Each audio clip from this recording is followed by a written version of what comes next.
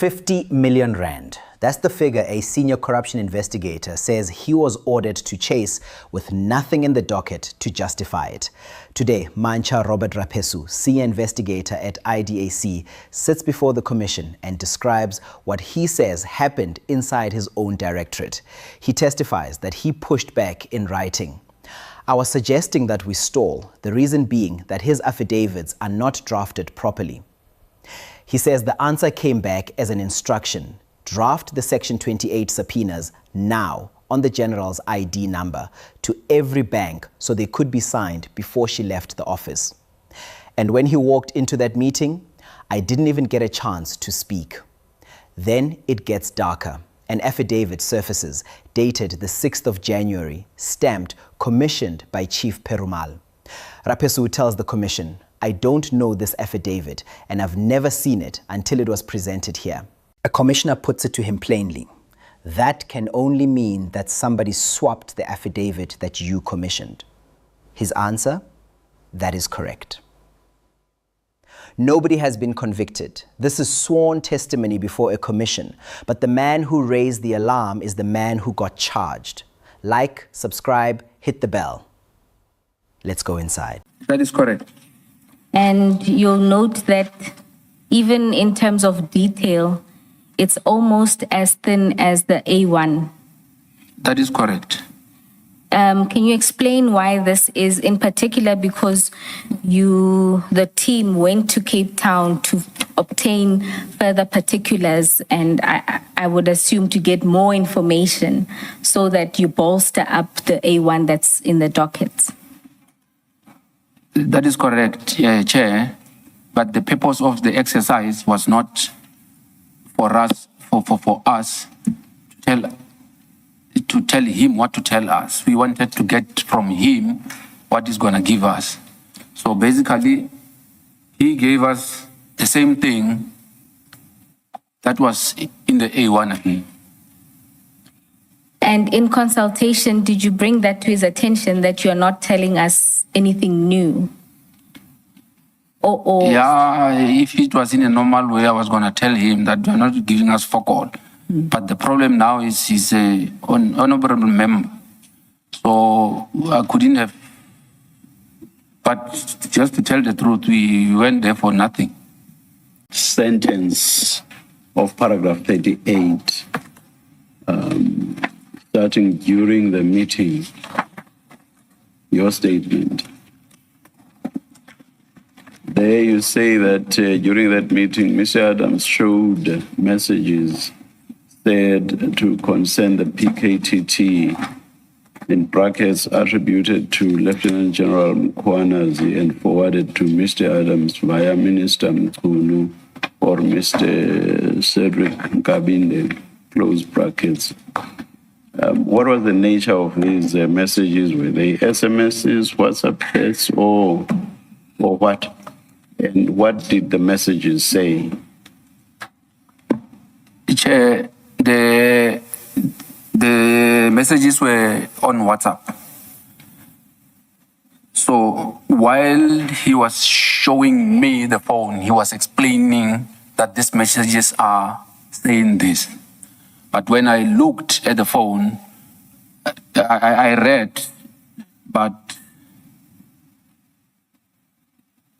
it was just a message that says,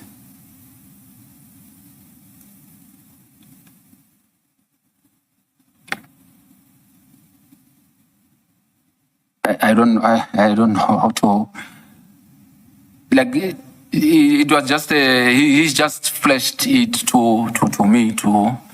So I couldn't see the top part where the message is coming from. That's why I'm saying in my affidavit, it's coming from Minister Mchunu, or because I couldn't see where the message is coming from. So on the last part of the phone, also I couldn't see. Basically, I couldn't see the names. I was relying on what he was telling me that this message is saying. But indeed, it was written there that if you disband the PKTT, something towards that, I can't remember by head. So you could not tell who had sent the message. That is correct. Nor could you tell who that message had been sent to. That is saying. And you say the messages were attributed to General Mkhwanazi. Was it Mr. Adams who attributed the messages to General Mkhwanazi? That is correct, Chair. So he said, here's a message that came from General Mkhwanazi. That is correct, Chair. And what did he say regarding the forwarding? What exactly did Mr. Adams say? So regarding the forwarding, yes, he seemed to be saying that he got the message from the Chief of Staff, Mr. Ngabinde. Okay.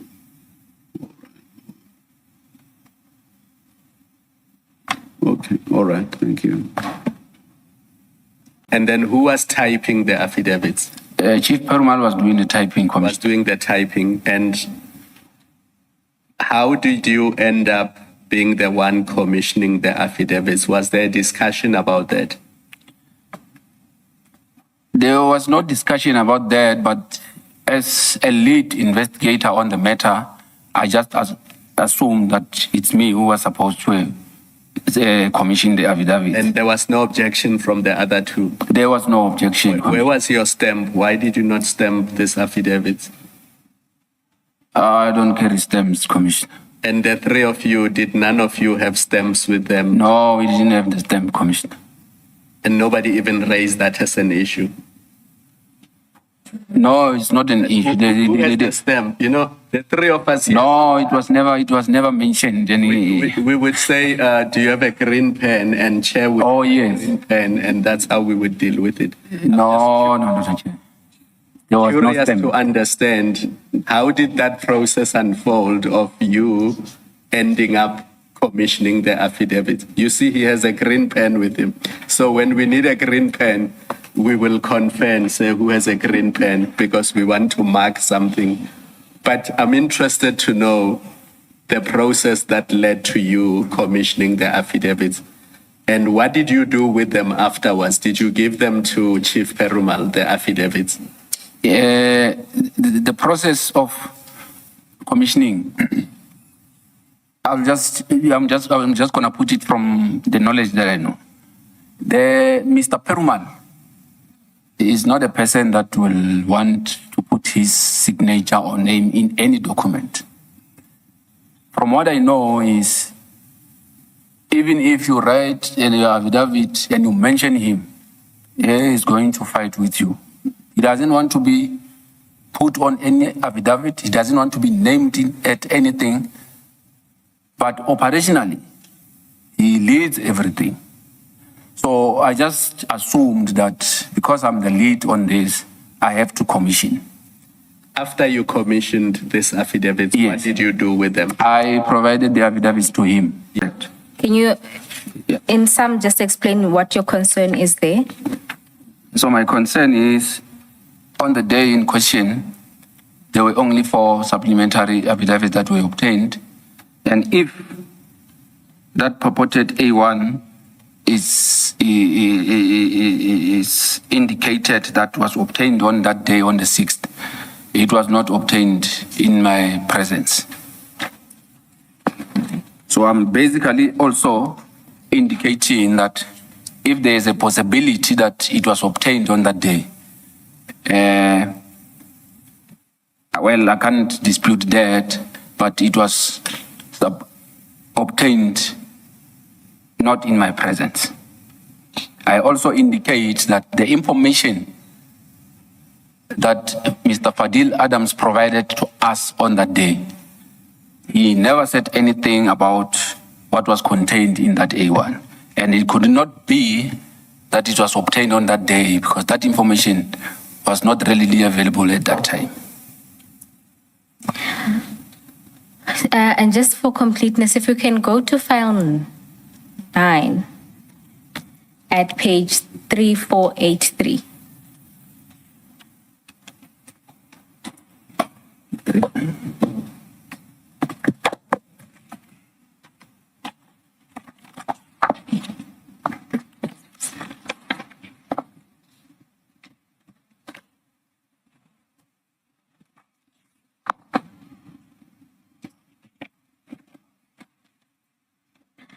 Are you there?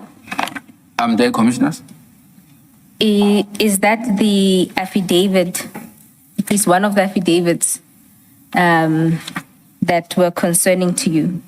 If you look at the affidavit, if you go to page 3484, you'll see there that it's dated 6 January 2025, and it says it was signed in Cape Town. Then it was commissioned by Mr. Perumal, and it includes his stamp. Yes, this is the affidavit that I was indicating that I'm concerned with.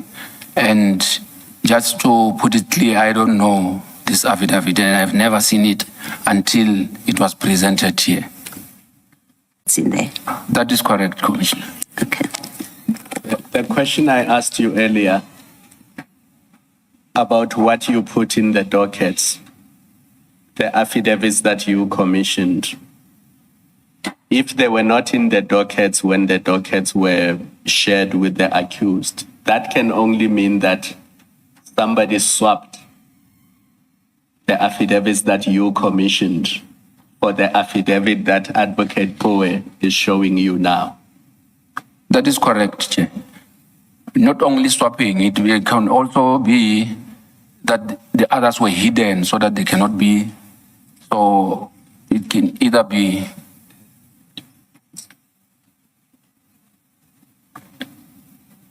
In fact, it seems to me that, and please comment and tell me if I'm correct, that even if there were a legitimate or a proper explanation for the Perumal affidavits, I'm going to call them the Perumal affidavits, a proper and full disclosure would mean both his affidavits and your supplementary affidavits have to be disclosed. That is correct. They are all part of the docket. That is correct, Commissioner. I'm correct with that. Thank you.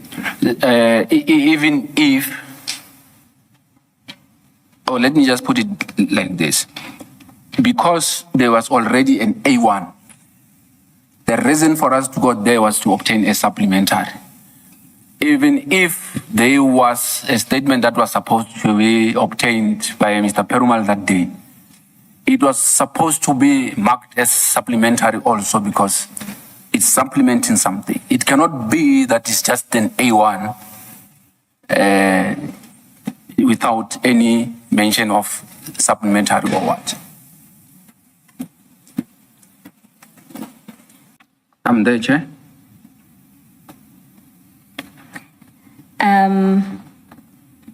Yes, on page 5, the second bullet point, Chief Perumal, on his presentation that he has drafted, is confirming that we traveled to Cape Town and we obtained supplementary affidavits from the witness.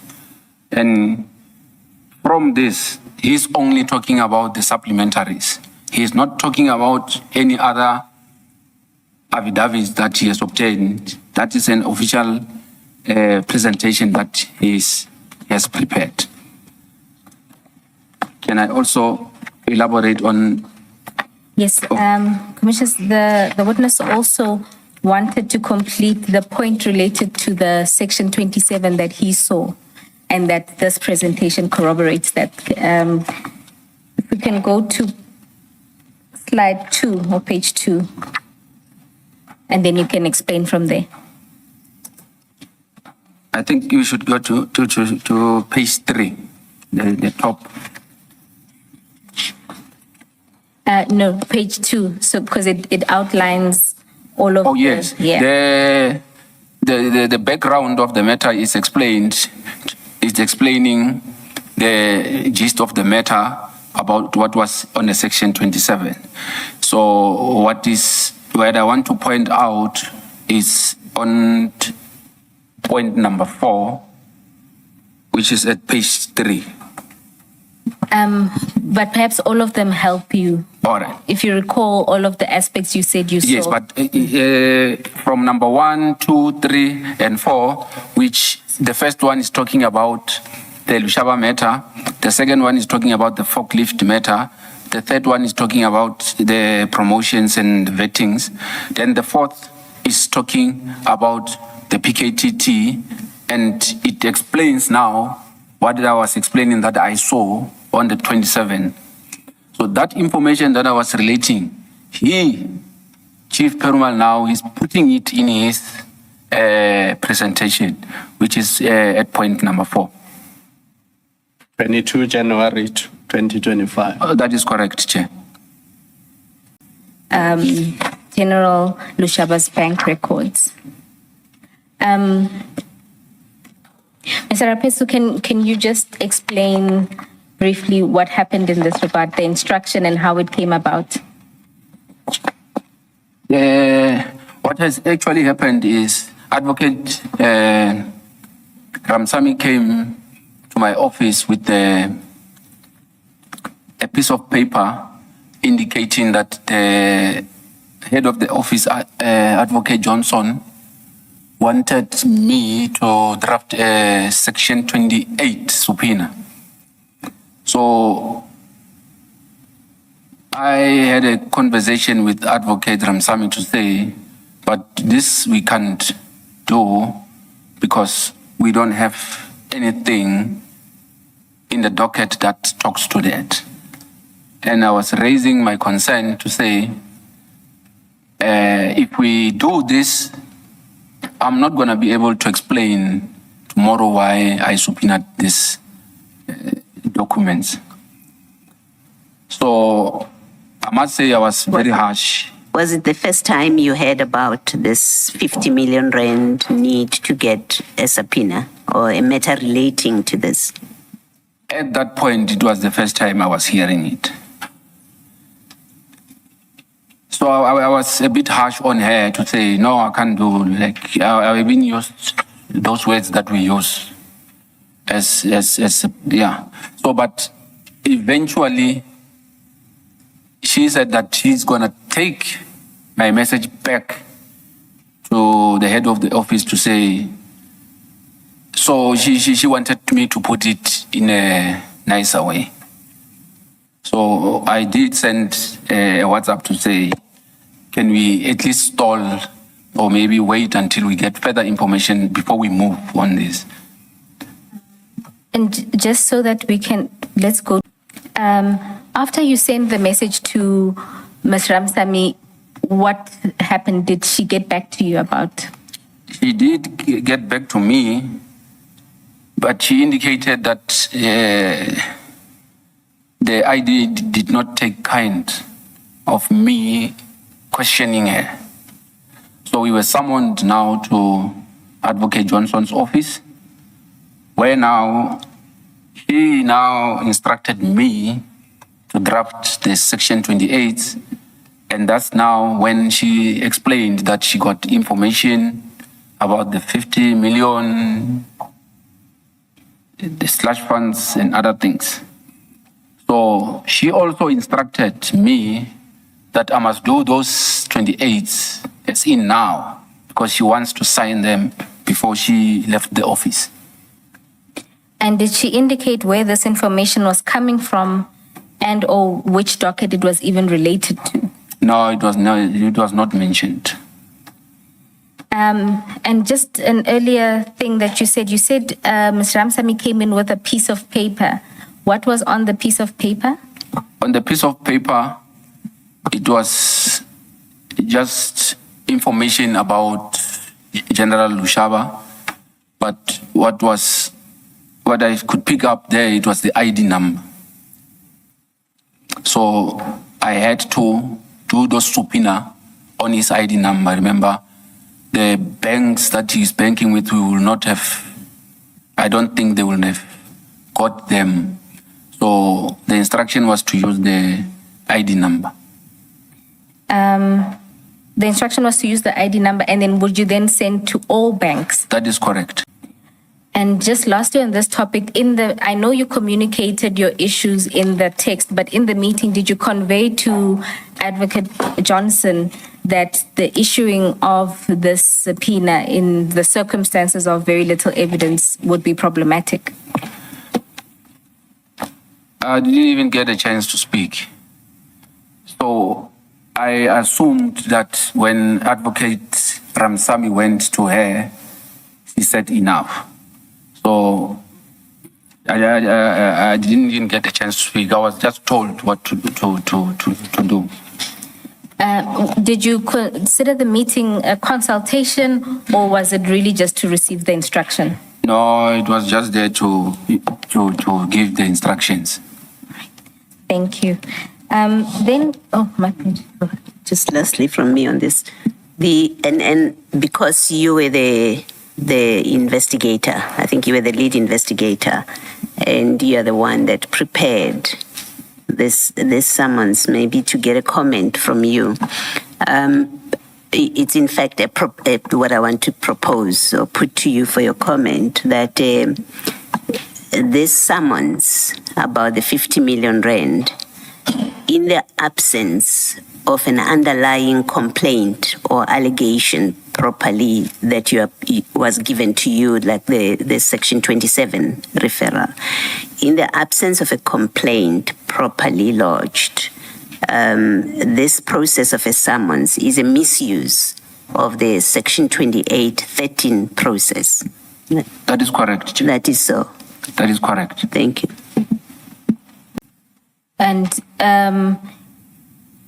as a lead investigator, are the two other investigators allowed to proceed with investigations and interviews without you? No, they were not allowed to. What should have happened is, even if they informed me that they are going, what was going to be, let me phrase it this way. If they informed me that there was a witness that they are going to see, and I have agreed to say, no, it's fine, then it will not be a problem. But for them just to identify someone and go and interview those people without my knowledge, that was not supposed to happen like that. Also, the prosecution lead indicates that before an affidavit can be authorized, or it must be discussed with the lead prosecutor. So when Advocate Ramsamy comes with the presentation, I think she will be able to complete that part where she will explain what the processes were supposed to be. But from your question, they were not supposed to have done that. And do you know what kind of affidavits were being collected? From what I was informed also is that there was an affidavit of a 204 that had already been obtained and that I was not aware of. So I took issue with that also. And at what stage was that 204 taken, to your knowledge? I could say that it was just in the beginning of the start of the investigation. And why were you taking issue with that? I'm taking issue with the issue of 204s because the normal standard practice, it will be you investigate your case properly, so then when at least you are faced with the situation that you can't move anywhere or anyhow, that is the time that you can start considering those things. So, but to start obtaining 204 statement just in the beginning of the investigation, to me, it sounded like this thing is directed somewhere or somehow. And just for clarity, what is a 204? A 204 is a statement that it's obtained from, we call them person of interest, but it's a suspect.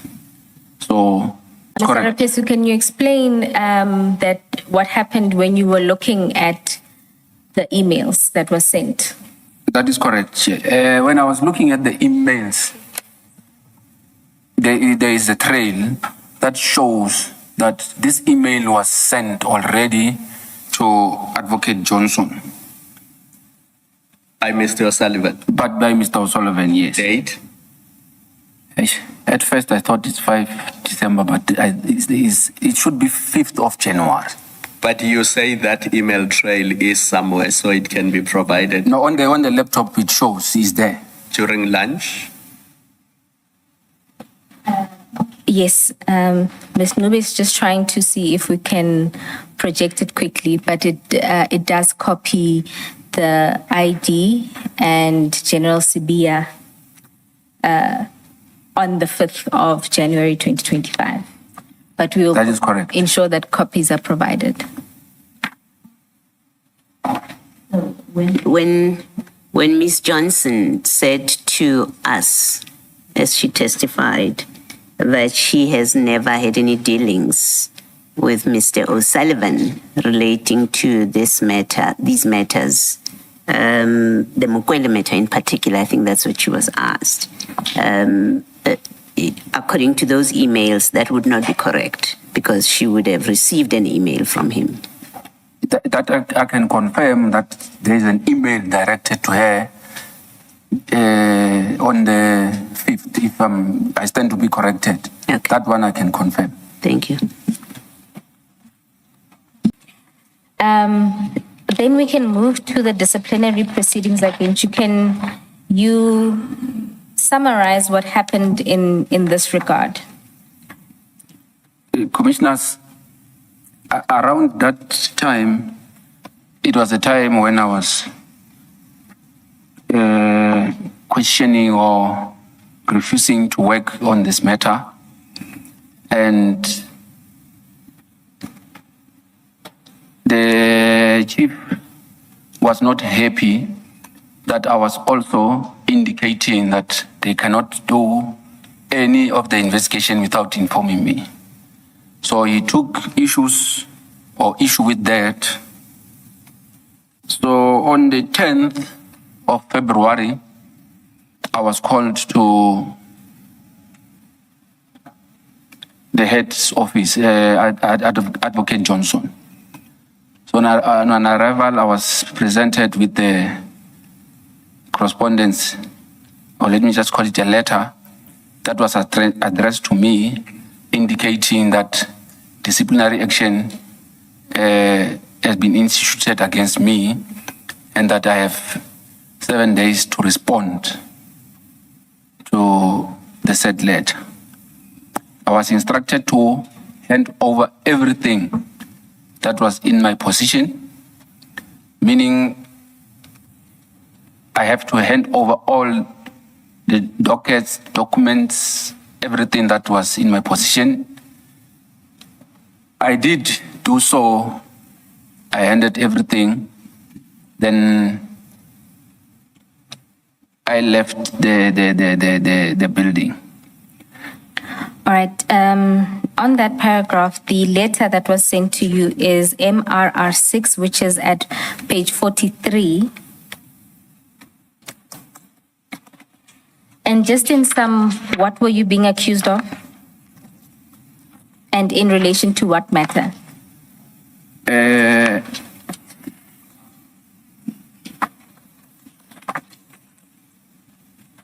I was being accused of leaking information. So I was informed that I phoned,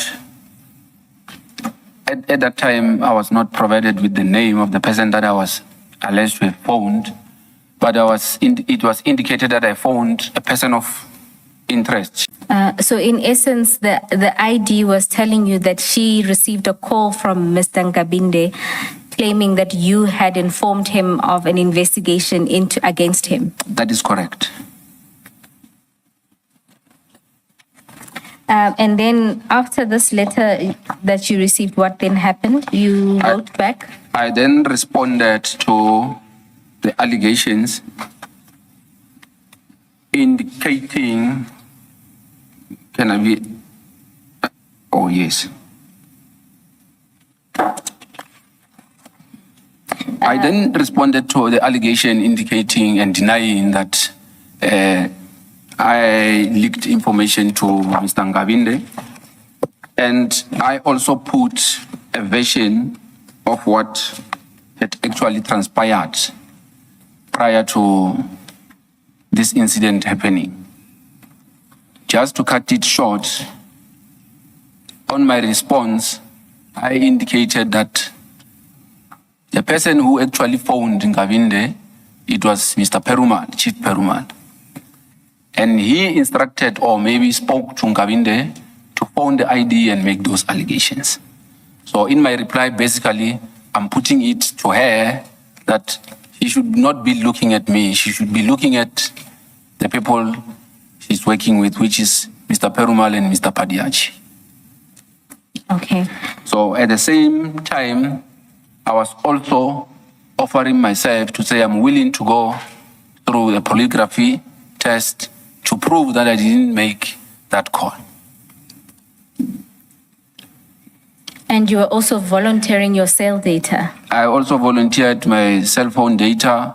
I also volunteered and gave permission that they can check my phone if they want.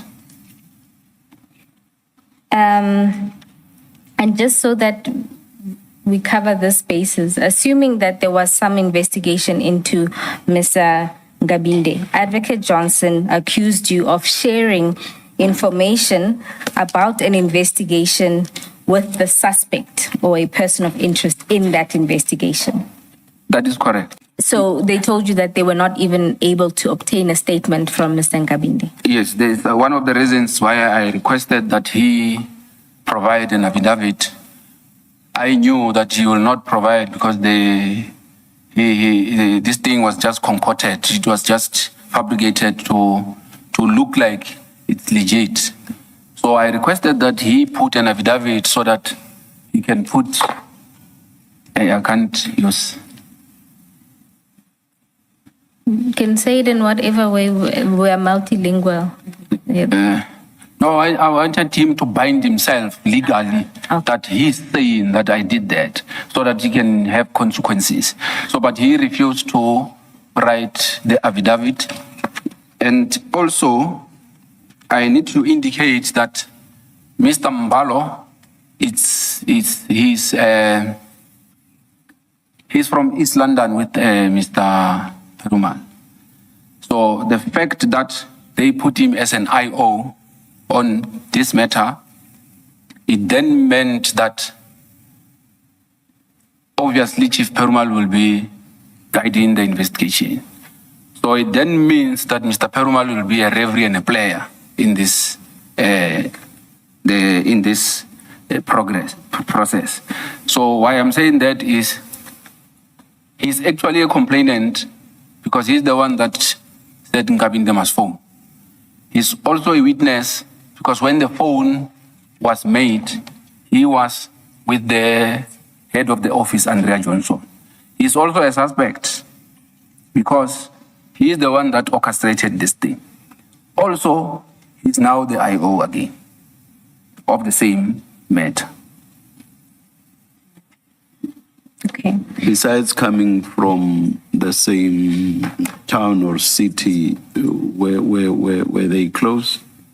They were very close. I'm asking because I'm not close to everybody who comes from my hometown. Actually, just to keep context, Mr. Mbalo was a TRT member. He was one of the guards of Advocate, Chief Perumal. So eventually, he became the investigator. He's now working under Chief Perumal. So you can see from there that they are very close. Well, that answers me. Thank you. Right. You will see there is a screenshot that was provided by Ms. Ramsamy. And then you'll see that on the 30th,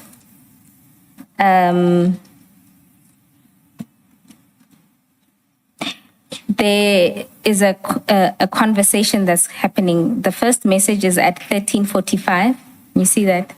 I can see that, and Chair. it says, afternoon, Advocate Johnson, please advise authorization for the Ngab standalone. Must it be done as a section 2813 or 281?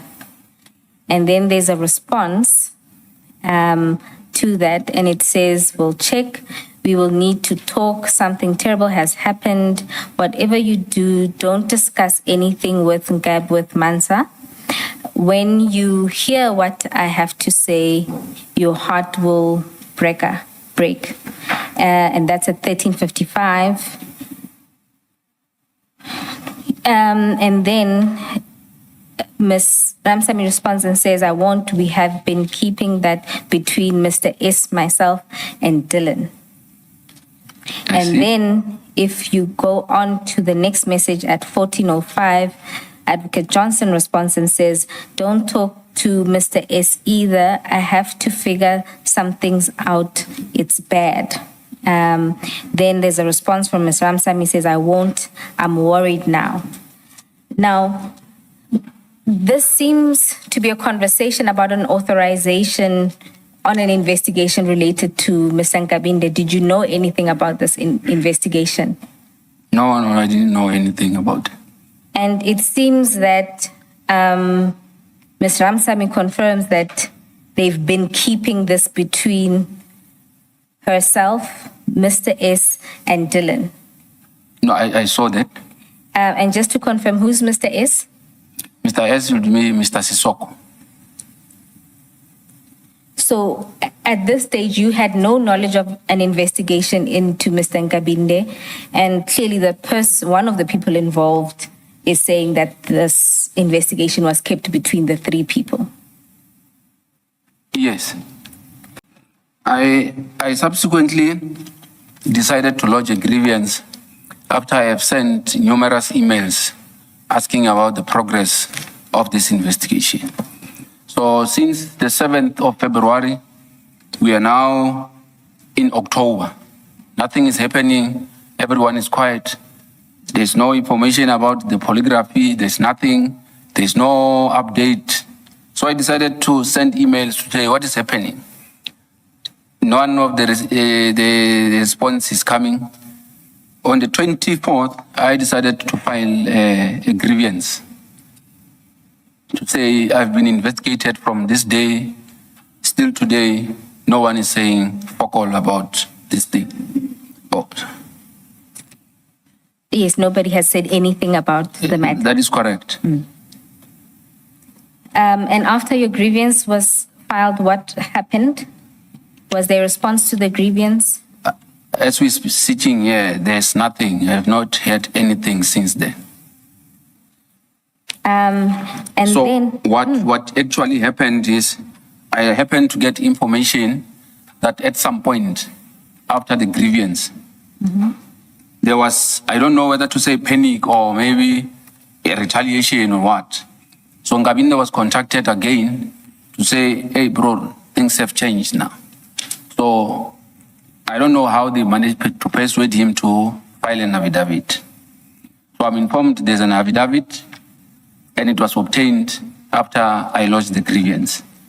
I'm also informed that there's a case that was opened, section 41(6) against me. So I can't say anything further than that, just the information that I've received. And also, I need to indicate that Mr. Padiachi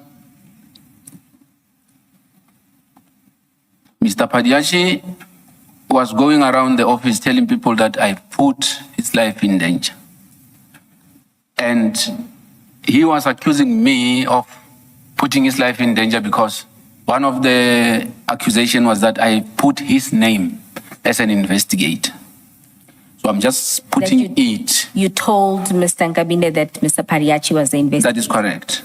Okay. So, but I'm hoping it will turn out that he is not part of this, because if he is, then I don't know. But my belief is that him and Dylan Perumal, they are the ones that orchestrated this thing. I mean, you just reiterate towards your end of your statement that you believe that this was orchestrated by Chief Perumal. That is correct. And then the last thing that you deal with is your conclusion, where you set out what you intend to do. So I'm indicating in my conclusion that I'm intending to open a criminal case. So the reason why I didn't open a case then is because I didn't want it to look like I'm countering whatever that they were investigating against me. So I wanted the process to finish so that I can continue. So it looks like they don't want it to finish. So basically,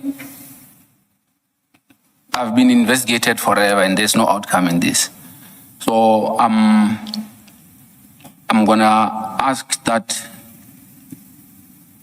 I think I'll speak to Advocate because there are processes when you have to open cases and other things.